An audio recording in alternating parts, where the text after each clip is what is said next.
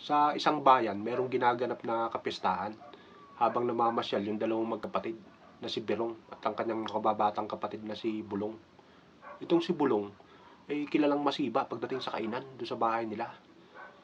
Habang naglalakad sila, nakakita sila ng isang paligsahan na palakasang kumain na ang premyo isang sakong bigas. Sabi ni Bulong, "Kuya, sasali nga ako dyan, no?" "Ay sige," sabi ng kuya niya. Sumali itong Bulong ngayon sa paligsahan. 20 silang kalahok. Yung ibang kalahok, nakakaisang bandehadong kanin pa lang.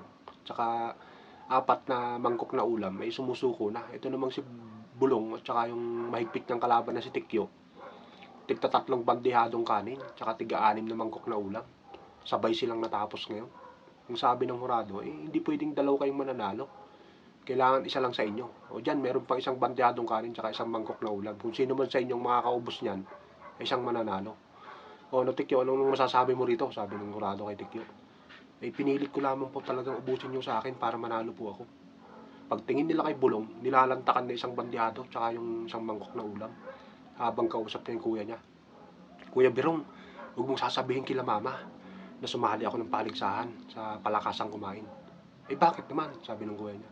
Pag nalaman nila hindi na ako pakakainin mamaya."